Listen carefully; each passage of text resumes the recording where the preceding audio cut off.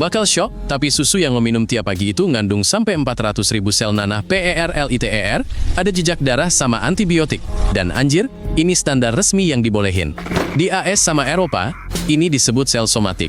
Tapi aslinya, ini nanah dari ambing sapi yang bengkak parah, yang diperas sampai mampus. Sapi perah zaman sekarang itu cuma mesin biologis doang, yang diperas abis-abisan kayak jeruk nipis. Harunya cuma ngeluarin 5 atau 6 liter sehari, malah bisa keluarin sampai 30 atau 40 liter susu. Ambingnya bengkak terus, pecah-pecah, berdarah-darah, dan semua tak ini masuk langsung ke gelas lo, karena mustahil buat nyaringin semua kotoran bangsat ini. Pasteurisasi emang bisa bunuh bakteri, tapi sel nanah mati, serpihan darah, sama sisa-sisa antibiotik itu tetap ada di susu selamanya, bangsat. Menurut standar FDA, sampai 750.000 sel somatik per mililiter itu dibolehin, anjing. Itu kayak 1 sendok teh nanah per liter susu, yang lu tuang ke kopi lo. Dan ini dianggap produk normal, Thailand. Soalnya peternakan industri emang kerjanya begini. Yang penting sapi ngasilin susu banyak, bukan malah sehat, goblok. Gila banget sih, tapi susu lo penuh banget sama antibiotik yang bikin bakteri di tubuh lo tahan obat. Sapi di farm terus dikasih antibiotik karena kondisi sempit dan stres, bikin mereka kena mastitis mulu. Mastitis itu radang puting yang bikin susu jadi nanah cair, tanpa antibiotik sapi nggak bisa ngasil produk yang bisa dijual. Peternak harus karantin habis treatment, tapi banyak yang bodoh amat soalnya setiap hari nggak perah itu rugi uang. Jadinya tetracycline, penicillin sama antibiotik lain ketinggalan di susu, masuk ke tubuh lo setiap minum susu, atau makan yogurt. Konsumsi mikrodosis antibiotik terus-terusan bikin bakteri usus lo kebal, pas butuh treatment beneran antibiotik bisa nggak mempan. WHO bilang ini salah satu ancaman kesehatan manusia terbesar, tapi industri susu tetap jalan dengan sistem lama soalnya ngubah sistem terlalu mahal. Gila banget sih, tapi susu penuh hormon pertumbuhan yang bikin sapi bisa ngasih susu 6 kali lebih banyak dari yang seharusnya. Di Amerika masih boleh pakai hormon sintetis RBGH, disuntik ke sapi buat ngeluarin susu maksimal, kayak doping tapi buat hewan. Hormon ini nambah produksi susu 10-15%, tapi naiknya IGF-1, faktor pertumbuhan, mirip insulin yang dikaitkan sama kanker payudara dan prostat. Eropa udah larang RBGH sejak tahun 90-an, tapi Amerika masih pakai, dan susu mereka jual kemana-mana. Bahkan tanpa hormon sintetis, susu penuh estrogen alami sama progesteron, karena sapi diperah waktu hamil saat hormon lagi jebol.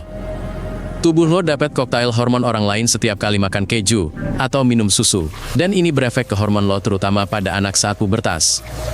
Beberapa riset nyambung pubertas dini cewek sama konsumsi produk susu, tapi industri cuek aja dan terus suntik sapi hormon.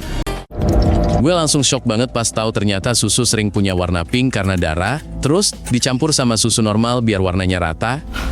Pas puting sapi luka dari pemerahan menerus, darah masuk ke susu, kadang banyak banget sampai susu jadi pink atau bahkan merah.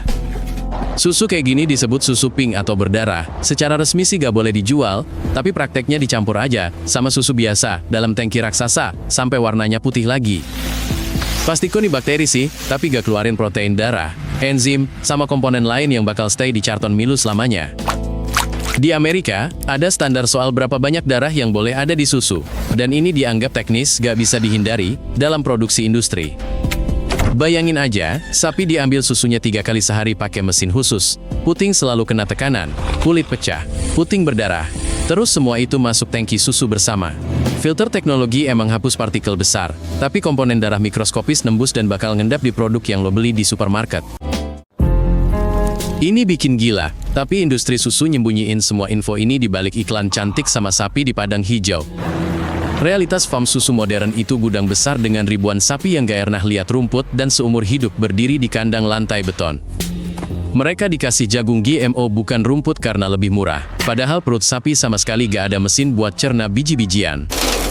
Dari makan gitu sapi sakit, kena asidosis, perut kembung, borok, dan harus terus disuntik antibiotik sama obat nyeri, biar masih bisa jalan. Sapi perah rata-rata hidup cuma 4-5 tahun padahal yang natural 20 tahun, karena badannya kebakaran dari beban sama penyakit. Pas sapi udah gak asik kasih susu banyak, dikirim ke rumah potong jadi daging murah, buat burger sama pakan hewan. Kalau udah bosen, bisa minum susu nabati atau cari susu petani dari sapi yang beneran main bebas. Tapi gak ada jaminan, cuma skala masalahnya lebih kecil aja. Industri susu itu bisnis gila dengan lobi miliaran dolar, yang blokir semua usaha bikin standar ketat atau cerita jujur ke orang, tentang apa yang terjadi di belakang pintu farm.